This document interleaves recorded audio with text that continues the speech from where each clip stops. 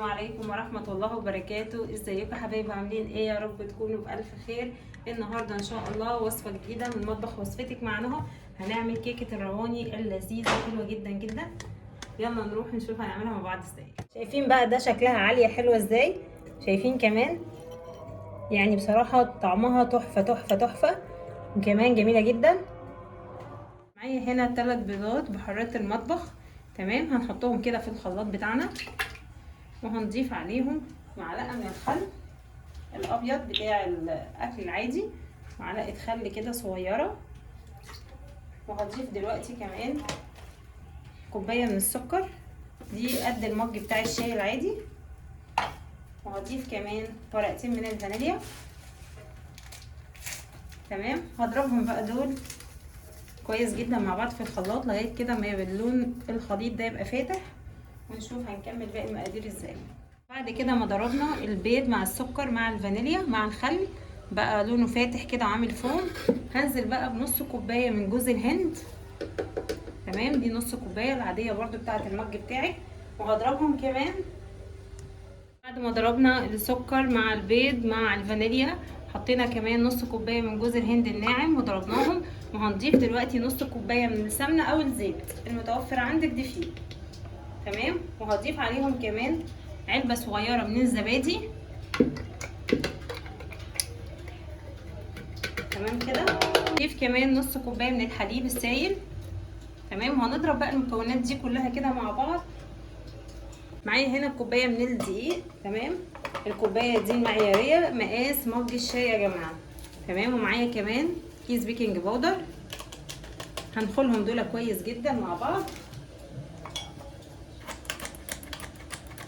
تمام كده،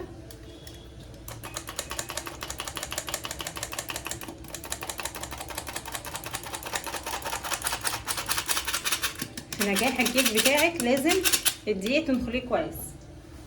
هنزل بقى بالخليط بتاع الكيك بتاعي اللي احنا ضربناه في الخلاط مع بعض. تمام كده،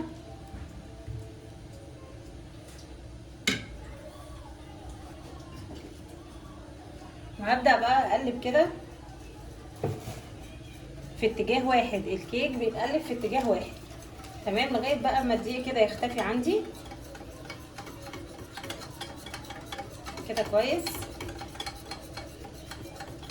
معايا هنا بقى كوبايه من السميد الناعم. تمام، سواء لو كان سايب او في اكياس.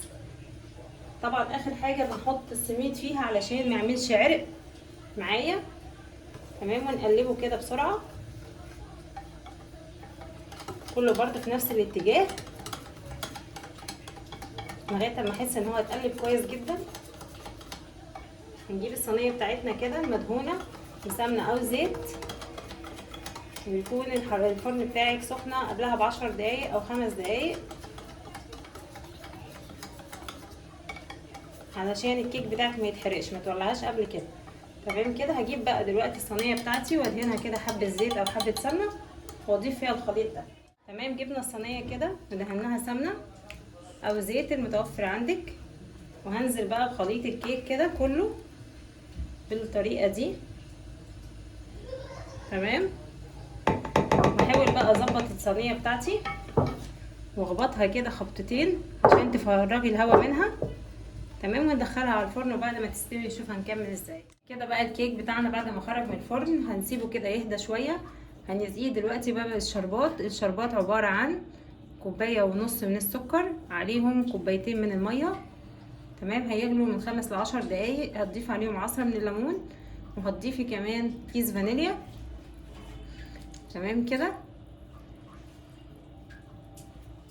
هنزينها بقى دلوقتي كده بحبه من جوز الهند كده من فوق.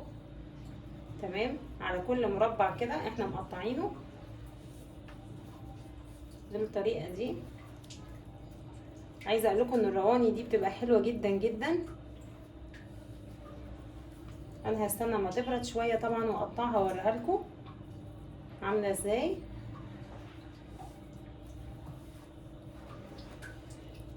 تمام كده، هنزينها كمان بقطع كده من الكريز هتديها طعم وشكل حلو. تمام، كده بقى نكون خلصنا.